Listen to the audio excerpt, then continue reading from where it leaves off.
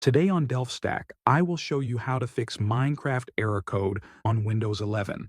This error usually happens when your Microsoft account is not synced correctly or when the game files are corrupted. First, we will start with the account issue. Open the Minecraft launcher and sign out of your Microsoft account. Then open the Xbox app and sign out there as well. After that, open the Microsoft Store app and sign out of the Profile section. When all three are signed out, sign back into each app using the correct Microsoft account that owns your Minecraft license. This step alone fixes the error for many users because it refreshes your account permissions. Now we will check if the required services are running. Press the Windows key and type Services.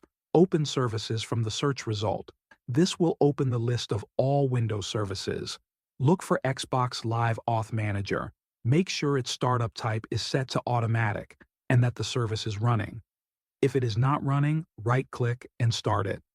Next, find Xbox Live Networking Service and make sure it is also set to automatic and running. If any of these services are stopped or not set correctly, Minecraft can show this error. When all services are running, close the window and restart your computer. After the restart, try opening Minecraft for Windows again. If the problem still happens, the Minecraft launcher files may be damaged.